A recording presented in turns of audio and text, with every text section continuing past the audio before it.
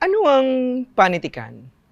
Kapag hinahanap natin ang ibig sabihin ng panitikan, tiyak na matitisod tayo sa napakarami na nga, magkakaiba pang mga sagot. Tsaka sa madalas, sali-saliwa, hindi mo na nga alam kung sino o ano ang iyong paniniwalaan. Pero alam nyo, ang totoo niyan, masalimuot ang pagbibigay ng kahulugan sa salitang panitikan. Kaya for today's episode, susubukan natin bigyang paliwanag ang ibig sabihin ng salitang panitikan sa paraang hindi tuldukan kung ano ba talaga ang ibig sabihin nito. Dahil tiyak kong hindi natin kakayanin sa loob ng 30 minuto. Pag-uusapan natin ngayon ang panitikan sa tulong ng mga nangingibabaw na pagkapakahulugan natin dito. Simulan natin sa talakayan tungkol sa literature. Ayon sa Britannica, literature is a body of written works. Ibig sabihin, mayroong act of writing. In short, pagsulat. At kung may nagsusulat, mayroon ding nagbabasa. Kaya pwede nating sabihin na sino mang scholar ng literature, a man of letters, ay kundi man mahusay, dapat marunong magsulat at magbasa. Mailalapit natin din ito sa konteksto ng pagiging literate.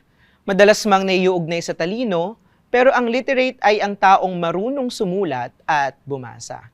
Pero wait lang, no? Paproblemahin natin yung ganyang paliwanag. Kasi hindi naman lahat ng literature ay written, di ba? Kaya nga may oral literature. Halimbawa, awit, epiko, performance, tsaka iba pang mga tekstong hindi nakasulat. Gayon din, kung may literate, syempre merong salitang illiterate para tukuyin hindi yung mangmang, kundi yung taong primaryang moda ng pagkatuto, pagkilos, at pangunawa ay hindi nasusulat. Pero check natin to. Kapwa nakasulat yung karatula sa loob ng jeep at ang nobelang binibenta sa bookstore. Pero kung ikukumpara, malamang sasabihin ninyo yung novel sa loob ng bookstore yung literature. Hindi yung basta driver, sweet lover signage sa loob ng jeep. Isa pa, kung ikukumpara din ang mala opera music o ballet performance, yon, sure tayo, literature yon. Hindi yung concert ng sikat na artista. Kung nakasulat din ang ibig sabihin ng literature, di ba sana yung jeep signage literature din? Pero bakit mas literature ang turing natin sa nobela? Gayon din, bakit meron tayong regard sa literariness ng opera music kaya sa concert ng favorite artist mo? Ito pa, mas magiging komplikado pa yung usapin natin ng literature with a small L kung ihiwalay natin ito sa literature with a capital L. Mas espesipiko na ngayon yung literature with a capital L. Halimbawa, Shakespeare. Mas kaunti at mas espesipiko yung mass literature o literature with a capital L dahil tila mas mataas na ang value ng mga pinipiling tekstong tatawaging literature with the capital L. Ang tanong, ano-anong akda ngayon ang literature with the capital L at paano ba nagiging literature ang isang teksto? Mabilis siguro natin tumuunawaan kung babalikan natin yung mga literature courses sa loob ng university. Madalas kasing literature with a capital L, ang tekstong inaaral sa loob ng mga paaralan. Halimbawa, baka magulat ka kung yung topic niya sa klase ay mga Facebook post, di ba? Kasi dapat ang inaaral natin ay si Edgar Allan Poe. Kasi yung literature with a capital L ay somehow, and I quote, worthy to be studied. Ito pa, mas magiging komplikado ulit yung literature kung tatanungin natin, ano-ano ngayon yung mga tekstong worthy to be studied? At saka, sino ngayon yung namimili ng mga tekstong pag-aaralan natin? Kailangan ba may award? Halimbawa, nanalo ng Nobel o ng Palangka? Nasa best-selling shelf ng Fully Book? Kailangan ba nakasulat sa Ingles? May magandang review, mga dahon-dahon, nakabilog? Published ba ng gobyerno? Yung ganitong problema, canon ang tawag dyan. Yung paglilista ng mga kinikilalang literature with a capital L. Hindi natin tiyak exactly kung anong parameter ang ginagamit panukat sa mga akda para matukoy natin yung literariness nito. Pero alam nyo, sa kasaysayan, mga lalaki sa kanluran ng daigdig ang nagpapasya sa pagiging literature with a capital L ng mga teksto. Pinagdedesisyonan ito ng isa, pwedeng grupo ng mga taong may kapangyarihan, o yung mga yumakap, nag-assume ng responsibility sa pagbubuo ng literary canon. Kasi nitong 20th century lang naman umusbong yung mas maraming boses tungkol sa literature. At sabihin nating mas inklusibong pagtanaw sa iba-ibang manunulat at mambabasa mula sa iba-ibang lahi at antas sa lipunan. Nalagyan ko ng quotation yung pagiging inklusibo. Kasi kahit nasabihin natin inclusive, pinipili pa rin yung mga papasok sa literary canon. Mayroon pa rin nagdedesisyon at may kaakibat na politika ang pagpili. Dagdag na naman na tanong, bakit? Tsaka paano nagiging worthy at hindi worthy to be studied ang isang teksto? At sa dami ng komplikasyon tsaka problematisasyon natin, ano na ngayon yung ibig sabihin ng literature? Paano natin ito uunawain? Siguro, kabig tayo saglit sa Pilipinas. Kasi isang tumbas ng salitang literature sa Filipino ay, baka alam nyo na rin, literatura. Bagaman palagay ko, hindi naman ito talaga yung tumbas. Kasi, kung literature ay body of written works, tingnan natin yun, at written din ang literatura, pwede kong sabihin na literature din yung literatura, or at least, subset ng literature ang literatura. Siguro naiiba lang yung salitang literatura dahil may espesyal itong katangian. Salin sa Filipino, mula sa Espanyol siguro. Pero ito ang interesting. Meron pang isang termino sa Filipino ng literature. Panitikan. Mula sa dictionary.ph, panitikan yung mga akda na katangi-tangi sa masining at malikhaing pagtatanghal ng mga ideya at damdaming universal at pangmahabang panahon, gaya ng tula, katha, dula, at sanaysay. Susuhay sa literature yung kahulugan ng panitikan, lawas ng mga naisulat, tsaka may dagdag pa, in task of time, pangmahabang panahon. Dito pa lang magtatanong na tayo. Kasi kung sinusukat sa mahabang panahon yung panitikan, wala na bang konsepto ng bagong panitikan o contemporary literature, contemporanyong panitikan? Fast forward. Kung panitikang popular naman, ang popularidad ba ng panitikan ay nasusukat sa haba ng panahon? Siguro hinto muna tayo, wag muna natin sagutin yon, baka sa next episode na. Sa ngayon, idagdag ko muna yung panibago na namang komplikasyon. Dahil meron na ring usapin ng estetika sa panitikan, yung kaninang definition, pagiging masining at malikhain.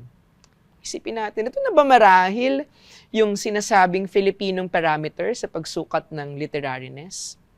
Kasi, kung matatandaan natin, sa isang essay ni national artist Benvenido Lumbera, ikikwento niyang sumubok ang manunulat na Espanyol na sumulat ng tulang Tagalog. Sa estetikang Espanyol, syempre Espanyol siya. At nang ipabasa niya sa katutubo yung response, ito ang sabi, magaling datapwa, hindi tula. Palagay ko, pasakalyo lang yung magaling. Pero hindi talaga, sapagkat may angking aesthetic ang tula nung katutubo.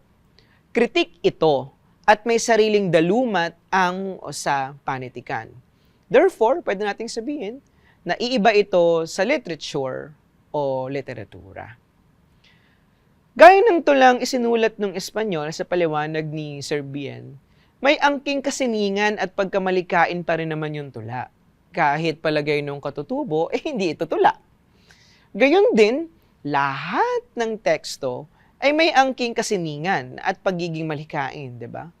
Kung kagabig tayo sa kahulugan ng literature kanina, ibig pa rin bang sabihin, lahat ng teksto ay panitikan with a small p? At ganoon pa rin, yung problematisasyon natin. Merong nomenclature na panitikan with the capital P na pinipili ng mga scholar kung anong pasok sa naturang category or sa canon. Depende sa kung paano nila ito gustong tanawin. At kung ano ang palagay nilang panitikan siguro, we don't know. Oo man o hindi, babalik pa rin tayo sa tanong. Sino ang mga paham o scholar na ito na sumusukat ng pagiging pampanitikan? At paano sinusukat ang pagkapanitikan? Lalo na't abstract, tsaka napakabilis magbago ng ibig sabihin natin ng masining at malikain. Sa ganitong punto, gusto kong i-assert ngayon na ang existence ng panitikan, salitang panitikan, ay indikasyong na iiba ito sa kaninang literature. Siguro sabihin natin may katangian nitong Filipino. Maaaring estetikang Filipino, karanasang Filipino, o Filipino yung space o milieu na pinag-iralan nung panitikan. Tsaka ito ha, tingnan natin. Kung totoo man yung palagay ko na Filipino nga yung panitikan, appropriate pa rin bang tawagin na panitikang Filipino? O baka naman automatic ng Filipino yung panitikan? Madaragdagan pa yung mga komplikasyon natin ng isa pang tanong. Ano na ngayon? At paano nagiging Filipino ang isang tekstong pampanitikan? Pero, saglit lang paano nga ba nagiging pampanitikan? Parang may estetika at may yakap sa panahon ang tula ni National Artist for Literature Rio Alma at ang karatula sa loob ng jeep. Pero hindi ba kayo nagtataka? Bakit panitikan o mas pampanitikan natin tinuturing yung tulang almaryo? Isa pa, kung pagtatambalin naman natin si Rizal, kilala niyo yun, di ba? At si John Knox, Wattpad writer. Sino sa kanila yung may akdang pampanitikang Filipino? Marahil marami sa inyo sasabihin na ang pampanitikan yung Noli ni Rizal. Pero bakit? Saan natin nakuha yung ganitong pag-uuri sa teksto? Impluwensyado ba tayo? O mayroon ba sa ating loob na reflexive sa pag-uuri sa kung ano ang tekstong pampanitikan? Sina Almario tsaka si Rizal parehong inaaral sa loob ng university. Kaya siguro pampanitikan. Yung karatula sa jeep, Wattpad, video singing, graffiti, mga drawing sa CR, ano pa, mga placards sa picket line, mga tweets, comment section sa Facebook. Kasi lahat ito ay written. Pero kung hindi pampanitikan yung mga ito, anong tawag sa kanila? Teksto. Paano tinutukoy yung mga tekstong worthy tsaka hindi worthy pag-aralan? Paano tinutukoy ang pagiging pampanitikan ng isang teksto? Natukoy ko na to kanina. Napakamasalimuot ang pagbibigay ng kahulugan sa literature man o panitikan. Pero palagay ko, literature man yan, panitikan man yan, sa complexity ng ating mga problema, mayroong salik na laging nakasaalang-alang. Audience. Mambabasa, tagapakinig, audience. Palagay ko, ang nagtatakda ng pagiging pampanitikan ng isang teksto ay yung mismong taong bumabasa at nakikinig. Sounds very subjective, no? Pero tandaan na ang panukat niya ay nakadepende sa kanyang perception, senses, at context. Kabilang dito yung kanyang mga karanasan at yung mismong lipunan na kanyang kinabibilangan. Kapag inuudyok ka na ng tekstong mag-isip ng labas sa karaniwan, magtanong ng mga mahihirap, kritikal na tanong, tsaka magwika ng palapalagay at magdesisyon, at nakakaapekto itong lahat sa iyong pagkatao, maaaring tumutuligsa o sumususog sa kasulukuyang ikaw, posibleng literature yon. At magiging panitikan kung ang perception, senses, context, kabilang yung iyong danas at lipunang kinabibilangan ay iyo. Kasi, Filipino ka. May panitikan at lagi itong Filipino. Sa larangan ng panitikan na kapailalim ang kursong Pantil 17, Panitikan at Kulturang Popular. Mahalagang masipat natin ang panitikan dahil magpapasya tayo. Ano ba yung babasahin natin? Ano yung pag-aaralan? Ano yung pag-uusapan? Ano yung susuriin natin sa loob ng klase? Ngayon nakita natin, hindi stable yung kahulugan ng panitikan. Madalas pa nga itong pinag-aawayan. Mahalaga na mapino natin bilang mga scholar ang palapalagay sa kahulugan ng literature at ng panitikan. Dahil tatanungin na rin natin, paano na ngayon nagpa-function ang salitang panitikan sa kursong Panitikan at Kulturang Popular?